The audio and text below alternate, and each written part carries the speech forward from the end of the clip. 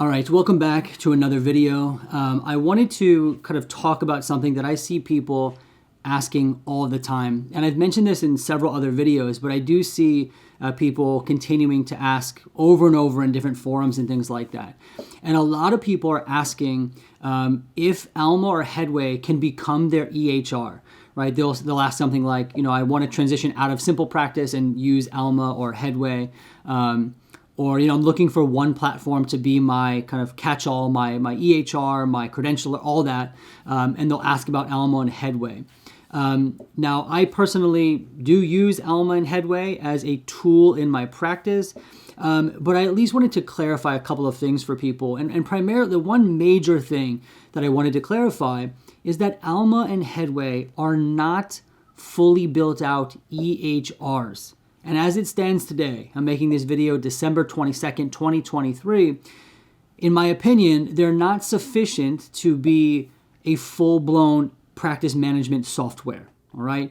They're good at getting people credentialed, right, and helping people submit claims, but they're not sufficient for writing treatment plans, customizing note-taking templates, storing tons of client information. They're not a practice management solution, at least not yet. I know they're working towards it, and I'm using ALMA and Headway. They're two separate platforms, but both of them are trying to build out basically a platform management software, like an EHR. That's not what it is right now, all right? Think about these platforms as a tool for your practice.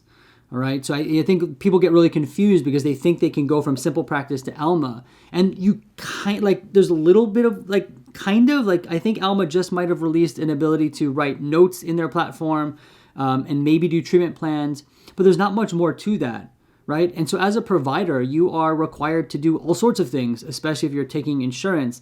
You have to do treatment plans every so often. You might need to be customizing your note-taking template so it meets all the requirements that you have to fulfill, right, for insurance or whatever it may be.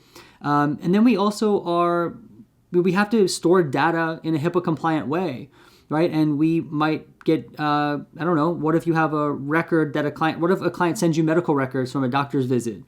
I don't think you can store that in ALMA or Headway. So where are you going to put it, right? An EHR, a practice management solution, something like Jane or Simple Practice, right? They're built for that, right? And so my advice to people is you do need to invest in a practice management solution like an EHR.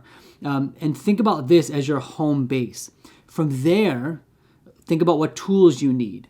Now, don't get me wrong. I think ALMA and Headway might get there at some point that they're fully functioning EHRs. But my confidence is not in them today. And I usually think about it this way. If I was to get audited, right? Not audited. If I was to get subpoenaed or something and people wanted my records, right? I wouldn't feel comfortable storing everything in ALMA because they don't have enough of like a template for you to fill out, right? But if you ask, if I got subpoenaed now or even audited now and someone wanted my medical record, everything is in my EHR and it's done well. I know that, right? I customize all the templates. I have reminders set for my treatment plans, all that kind of stuff. I can store all sorts of documents and information in a HIPAA compliant way. So I might be rambling here, but the simple answer to this question is ALMA and Headway cannot replace an EHR as it stands today.